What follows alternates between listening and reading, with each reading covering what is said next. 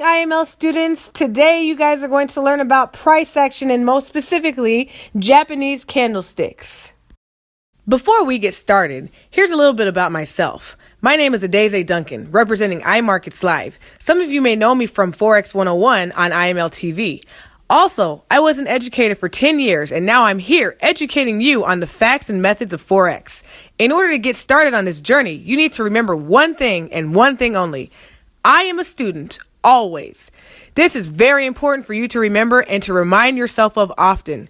You will hear me use this phrase frequently as a reminder that you are a student that is learning a skill that will pay you for the rest of your life. Make sure that you take your time and learn what you need to learn. Pace yourself. Do not compare yourself to anyone else's progress. Always keep a winning mind frame and you will do very well in this industry. Upon finishing this video, you should have a very good understanding of the following questions. Read through them quietly to yourself. As you are taking notes, make sure to pause this video in order to answer these questions. So let's get started on what a candlestick is.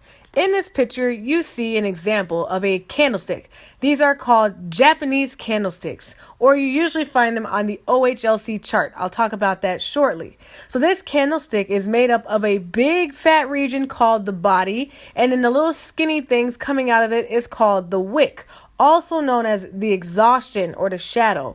It's good to follow these because they tell you a lot. I'm going to go into what each of these mean on the next slide.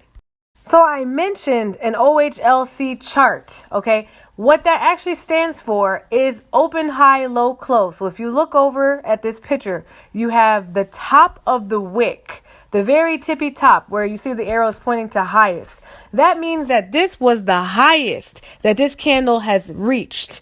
And then the L for low stands for lowest, which means this is the furthest down that this candle's reached. And when I'm talking about the highest up and the furthest down, do you see the body region? That body, the big fat portion? That means at one point, the body of the candle was all the way down to that tippy top or the very bottom. So now, because the body could not stay down there, what you now have is the close and the open. So the open stands for where did the candle first begin? Where did it actually open up? What was its opening price? And the close was what was its closing price? This is important when you start talking about different time frames because different candlesticks take a certain amount of time to form. Some can form in 5 minutes, some can form in 1 week. Depending on the chart you're looking at is going to determine when it actually closed, but this OHLC will tell you the actual open, high, low, and close prices in the market.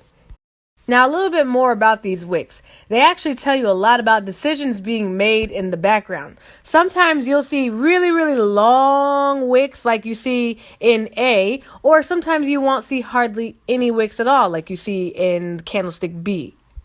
Wicks actually give you signs that the market is wanting to move in a certain direction. For instance, when you have long wicks forming in certain areas, it is a sign that the market, and when I say the market, I'm talking about all those candlesticks on your chart right now. You see all those candlesticks that are forming. Some of them are going up, like overall they're going up, and some of them overall are going down. But what I'm saying is when you see wicks in certain areas, it's telling you that the market may not want to move much higher, may not want to go up higher. So what you find is you find a long wick. Now, what do we know about wicks? We know that wicks tell you the highest that the market had reached at a certain time. So when you see long wicks forming, that shows you that the market tried to move into that area, but had a hard time staying in that area, right? So that is a good sign that there could be a possible reversal or a possible turnaround. If you look in the picture, you'll see where there are wicks. You see in that little purple region right there where there's lots of wicks in that area, and then all of a sudden the market turned around and went down. That's an example of what I'm talking about. So pay attention to those wicks. They tell you a lot. They tell you that the market may not be trying to move in that direction.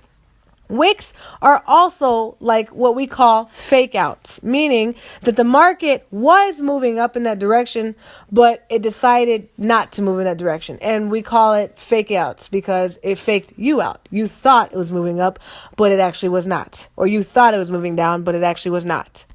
So here's another example of wicks. You see I have wicks drawn all over the place, but just take a look at this picture and look at where you see wicks, especially in those certain areas, those purple regions.